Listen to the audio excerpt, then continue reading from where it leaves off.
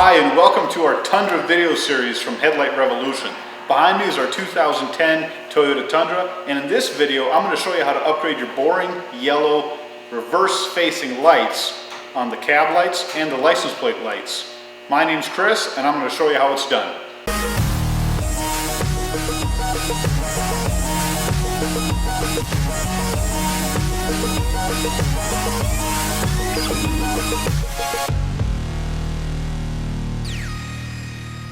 The light bulbs in the overhead cargo light and the license plate are very similar.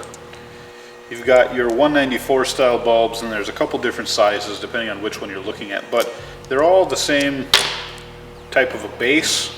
There's different sizes. And we're going to use the same kind of LED bulb for each one to upgrade with. This is the new 3-watt 194 bulb from GTR Lighting, which uses a single Cree LED. These are the newest of the product line, and they're extremely bright and the perfect option for both the license plate lights and the overhead cargo lights. To do the install, you're going to need these 4 tools. For the license plate, all we need is a Phillips screwdriver. For the overhead cargo lights, we're going to need a ratchet, a short extension, and a magnetic 10mm socket. This is going to help us remove the trim panel on the inside and unbolt the cargo light from the roof. Doing the install on the Tundra license plate lights is one of the easiest bulb upgrades on any vehicle, and definitely one of the easier license plate light upgrades to do. All you need is your Phillips screwdriver, and remove one screw on the outside of the housing. Set it aside. Remove this from the bumper plate, and then on the back side you can either unhook the connector or simply twist it apart.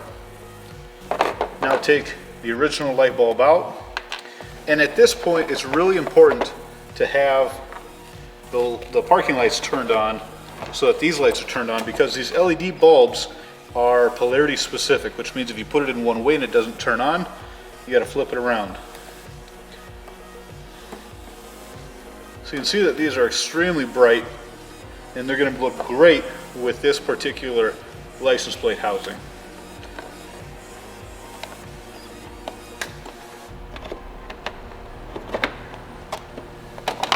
Everything goes back together very quickly and easily, just like the original. There's no modifications required, and this side is done. Do the same for the other side, and your license plate bulbs are upgraded.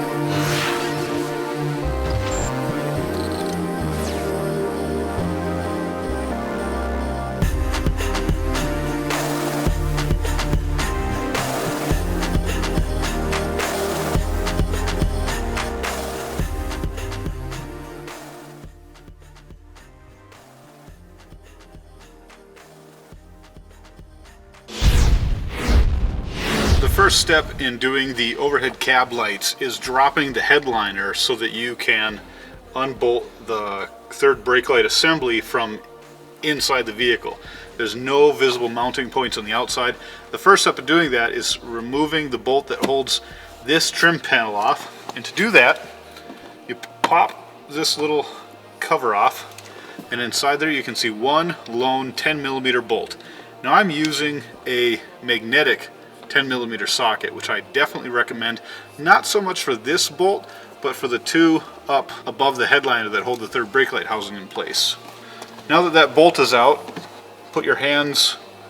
use your fingers to pry this trim panel off, just get it loose so that we can get the headliner to drop down a little bit. All that we really need to happen by doing this is getting some slack for the headliner to be adjusted. Now let's roll down the rear window and undo the bolts for the third brake light.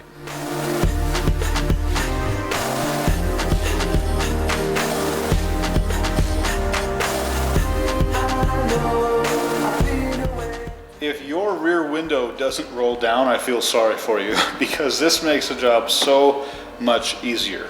If your rear window doesn't roll down, you're going to have to do the whole thing while sitting on the back seat of the vehicle and pulling down the headliner. And you might want to actually remove both of these rear trim panels so you can get more access underneath the headliner. But since we can get to it from this angle, what we're going to end up doing is reaching up from behind, underneath the headliner, and removing one nut about here and here, but from the back side. So we've already got this trim panel loose, so I can pull it down. And I would recommend wearing gloves, especially if you have a light colored headliner. I just put brand new gloves on because I don't want this to get dirty. Even if your hands are pretty clean, it's still very easy to get this headliner dirty. So start from the edge and just start peeling this down.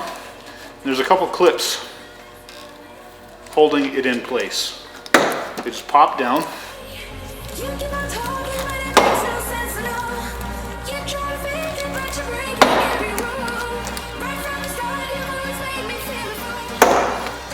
So 4 clips, and you can see them right here.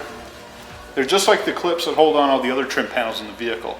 Now, a word of caution, when you are bending the headliner, A, don't do it for very long, and B, do it as little as possible in terms of angle that you bend it, because it's pretty easy on this type of headliner to get a crease that is permanent. So be very careful. Consider the headliner to be pretty fragile.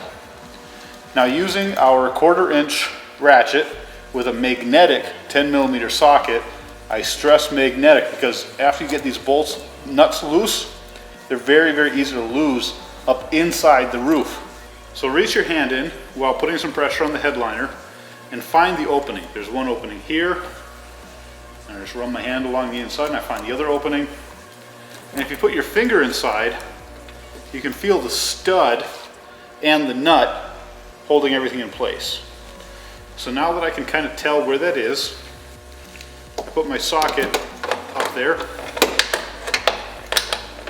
and once you get on it, you'll know right away.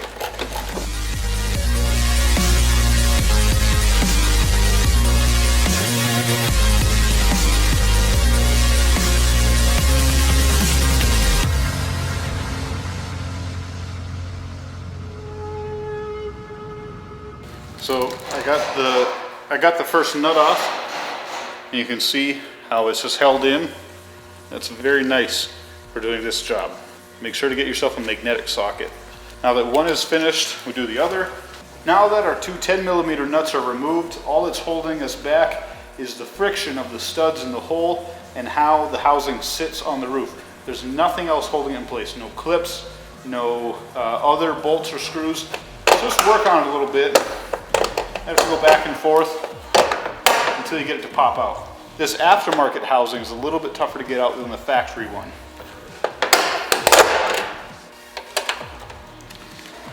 Now you can see all that's left back here are our 921 incandescent bulbs. So we shut the light off so we could remove them. These are really, really hot, even with gloves on. They just pull out. So again, here's our 3-watt Cree LED bulbs from GTR Lighting. And I've got the power turned back on now so that we can test the lights, make sure that everything's working.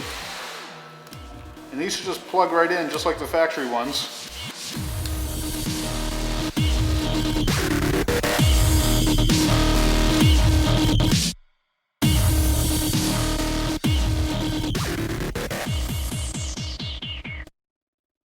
And that is all there is to updating your cargo lights to LED. Now all we have to do is put the wires back in, carefully seat third brake light housing back on the roof, put the 2 nuts in, replace all the clips for the headliner, secure your trim panel here with a 10mm bolt, and you're done. Enjoy super bright cargo lights. So we got our cab lights upgraded to LED. We got our license plate lights upgraded with LED. And this should be the same for all of the new generation of Toyota Tundra. And probably a lot of the same information would fit with some of the older Tundras as well. If you want the same modification to be done on your truck, www.headlightrevolution.com is the website, so you can buy these parts and do the exact same modification to your truck. If you want to see what we have next in store for our Tundra in the Tundra video series, subscribe to our channel so you don't miss anything. Thanks for watching. We'll see you next time.